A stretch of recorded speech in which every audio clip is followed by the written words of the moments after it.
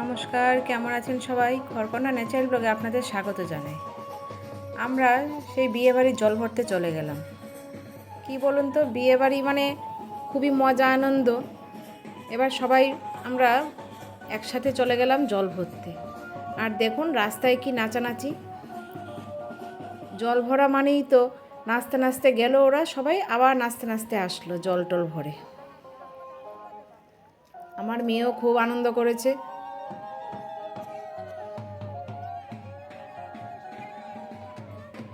আপনাদের ওদের বাড়ির সামনে গিয়ে দেখাবো, ছেলে নিজেও নাচ করছে।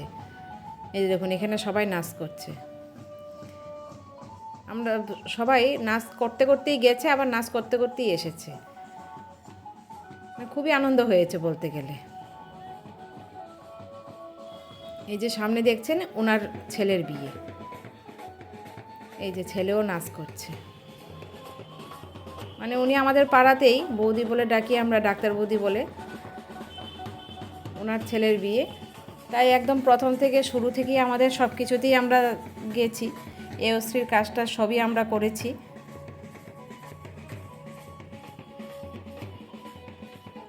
বৌদি নিজেও খুব আনন্দ করেছে, আমরাও আনন্দ করেছি।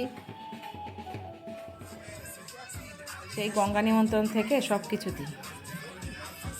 এই দেখুন এখন আবার জল ভরে এসে ওদের ছাদের উপরে নাচ চলছে।